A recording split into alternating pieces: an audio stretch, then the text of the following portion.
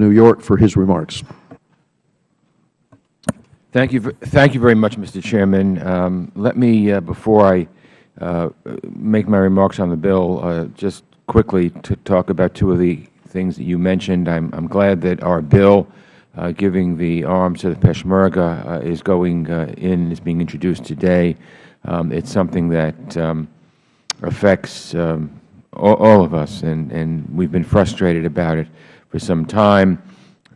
Flying to Erbil when we were in the region, I remember how we couldn't go there because there was just so much red tape. It became ridiculous. And so I hope, I'm sympathetic to what Mr. Rohrabacher had to say. I think it's ridiculous that there are the restrictions placed on members of Congress to do this. But thank you, Mr. Chairman, for holding this important markup and for the bipartisan approach, as always, you've brought to all of these measures. Firstly, let me express my strong support for H.R. 2901, the Senator Paul Simon Water for the World Act. I applaud Mr. Blumenauer and Mr. Poe for their hard work on this bill, which has garnered more than 100 bipartisan co-sponsors. The United States and our partners have helped provide clean water to millions of the world's poorest people. Despite that progress, more than 750 million people still lack access to clean water, and 2.5 billion don't have proper sanitation facilities. This bill will help target our investments in water development programs where they are needed most, and I urge my colleagues to support it. Next, I want to thank Congressman Grayson and Smith for their leadership in introducing H.R. 5206. This legislation, as amended, would allow Foreign Service officers killed in the line of duty to designate the beneficiary of their death gratuity if they have no surviving spouse or children. This will obviously give our diplomats a benefit similar to that provided to our service members, and I urge my colleagues to join me in supporting this measure. Mr. Chairman, I also support H.R. 5241, legislation introduced by Congressman Connolly to prohibit the United States from recognizing Russia's illegal annexation of Ukraine. This brazen act is one of the most serious violations of international norms since the Second World War. Putin's nonsense rings hollow when he talks about trying to protect ethnic Russians, and that's the reason for his aggression. It reminds me of the same thing that Adolf Hitler said in 1938 when he went into the Sudetenland supposedly to protect ethnic Germans. Dictators always use this as an excuse, and the world shouldn't be fooled by it. We need to send Putin a clear message that his forcible takeover of Crimea, an integral part of the sovereign nation of Ukraine, will never be recognized by the United States. Next, I strongly support H.R. 5656, the Global Food Security Act of 2014. Around the world, 842 million people are hungry. Malnutrition causes about half of all deaths of children under 5. That amounts to 3.1 million children each year. I had a discussion earlier in the week about the USAID Administrator, Raj Shah, who said that this bill was one of his priorities and very, very important. And I want to thank you, Mr. Chairman, for your personal help in intervention in making sure that this is on the calendar. I think we are doing good work by passing this bill. USAID's Feed the Future initiative, championed by Administrator Raj Shah, is only a few years old, yet has already delivered real results in fighting world hunger, poverty, and malnutrition. This bill, authored by Representatives Smith and McCollum, authorizes this proven approach to food security. Mr. Chairman, I also support H.R. 5685, the Rewards for Justice Congressional Notification Act, and I thank Congressman McCall for his work on this issue. Quite simply, this bill would require the Administration to notify Congress when it authorizes a reward under the Rewards for Justice program.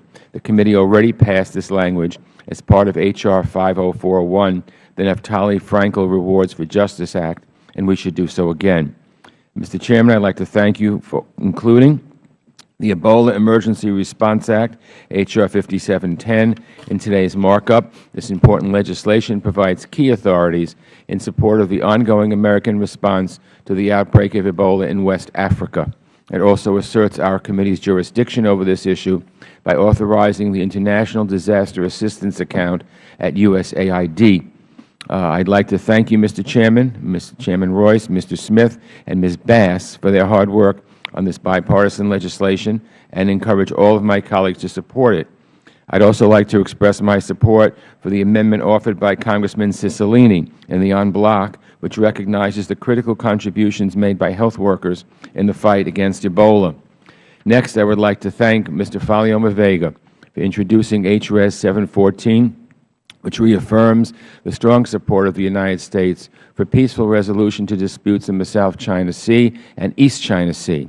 The United States is a Pacific power. We have a vital interest in freedom of navigation and overflight in these disputed areas and is in unimpeded lawful commerce. These rights are universal, not granted by some states to others. The East and South China Sea disputes must be resolved diplomatically and without force or coercion. Territorial claims and arbitration of those claims should be based in international law.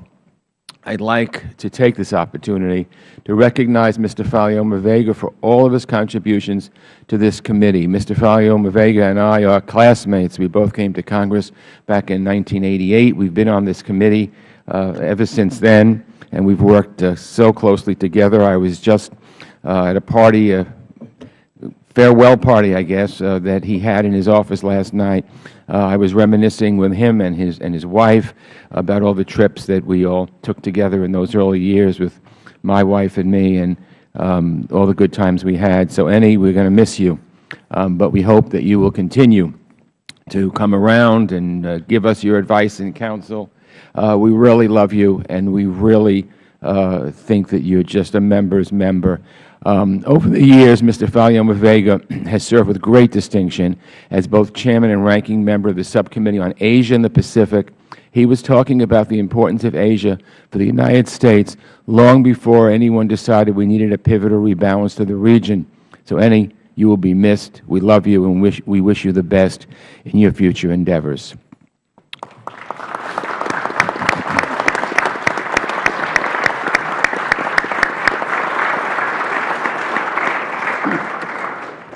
Mr. Chairman, I'd also like to express my support for H.Res. 758, a resolution introduced by Congressman Kinzinger that condemns Russian aggression in Ukraine and other areas. This resolution reaffirms our position that Russia's aggression is unacceptable. But I support taking even stronger action. We need to dial up the pressure on Russia and expand our assistance to Ukraine, including the provision of lethal aid and defensive weapons. At this moment, Ukraine faces an ongoing invasion of Russian military forces, daunting economic challenges, and the prospect of a harsh winter ahead. This crisis ranks among the greatest threats to European security since the Second World War. Vladimir Putin's aggression poses a direct threat to the interests of the United States and our allies, and I look forward to working with the Chairman on binding legislation to confront this crisis in Europe's largest country.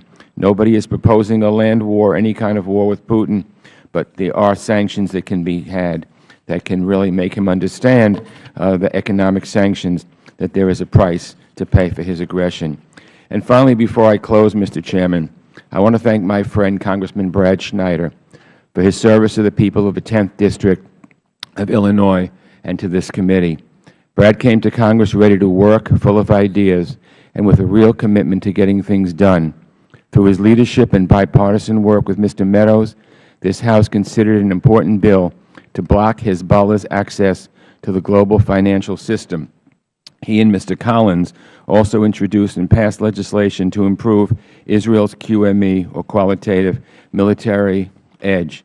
I have always appreciated Brad's thoughtful approach and his sound advice. I have got to know him very well and have relied upon him innumerable times for so many important things. Brad, this committee won't be the same without you. We wish you well and Godspeed.